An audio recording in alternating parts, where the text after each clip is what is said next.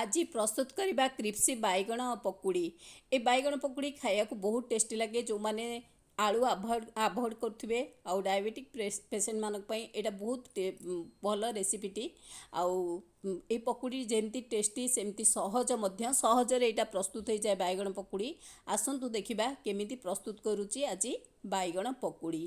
बैगण पकुड़ी प्रस्तुत करिया पई मु चारोटी बैगण नहीं प्राय अध किलो बैगण नहीं ये 4 ରୁ 5ଟି बैगण रखीदे फ्रेश बैगण।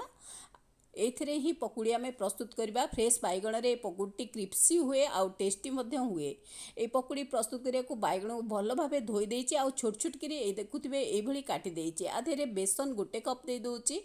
तापरे चाउल गुंड भी देबी, पियाज दे दोछि, गोटे बड़ पियाज, चाउल गुंड हाफ कप दोछि, जेतिकी बेसन देछि तार अधा, अदा रसुण पेस्ट 1.5 चामच दोछि।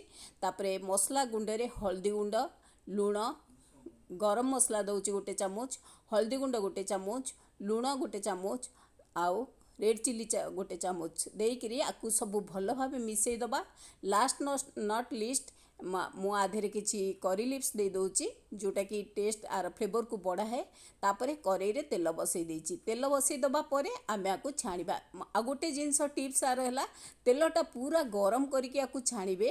तेल को केबे मीडियम रो हाई फ्लेम रखिबे, केबे भी ताकु लो फ्लेम करिवेनी नले एटा पकुड़ीटा भल भाबे हबनी। तेणु करी आकु जे पूरा तेल गरम हो सारा परे आमे बैगण पकुड़ी दे दबा। तो एक भली देबा परे प्राय अति कम समय भितर प्रस्तुत हो जिवो। 4 ରୁ 5 मिनट भितर प्रस्तुत हो जिवो। ताकु उल्टो फाल्टो कर दबा। गोटे साइड हो सारा परे आ गोटे साइड को आमे पलटै दबा।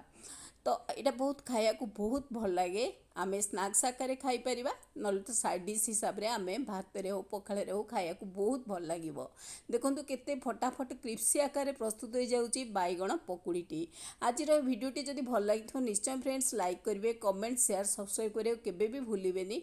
आउ एई भली पकुड़ी प्रस्तुत करंतु घरे अति सहज रे प्रस्तुत हो जिवो। जेते बेले कोनोसी फ्रेश परिबा पाइबे, फ्रेश बैगण पाइबे, एथरे एई भली पकुड़ी प्रस्तुत करंतु आउ आर टेस्ट नियंतु निश्चित भल लागिवो।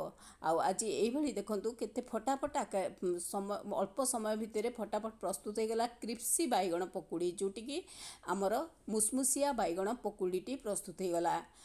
मु आकु छाणी दउची। छाणी दबा परे मु प्लेटिंग करिवि। देखंतु केमती खटखट लागुची आउ एई भली क्रिप्सी हेची। केते सहजरे प्रस्तुत हो जाउची। तो पिला बड़ समस्ते भी यहाँ भल पाइबे। आउ जो माने स्पेशली आलू अवॉइड करुथिबे आउ सेमानकु तो निश्चित यहाँ भल लागिवो। काहेकि ना बैगणर यहाँ गोटे न्यू रेसिपी आउ एई भली टिप्स अनुसरण कले निश्चित पकुड़ी भल लागिवो। तो फ्रेंड्स मु आउ गोटे लेयर दे दोची। तो एई भली मु आज प्रस्तुत कर देची बैगण पकुड़ी।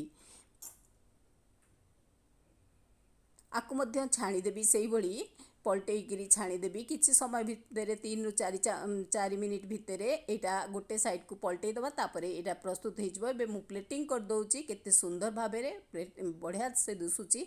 आधेरे मु 1 चामच चाट मसला दे दउची आउ टिकार फ्लेवर आउ टेस्ट बढ़िया पई। तो देखुथिबे केते सुंदर भाबे रे खड़खड़िया हेकरी हे जाइची मुसमुसिया बैगण पकुड़ीटी आमर जहाँ को आमे क्रिप्सी बैगण पकुड़ी कहूचु। ए भिडियोटी देखंतु निश्चित एभली घरे प्रस्तुत करंतु आर टेस्ट नियंतु। रहुची। Thank you. नमस्कार। ममता नंद।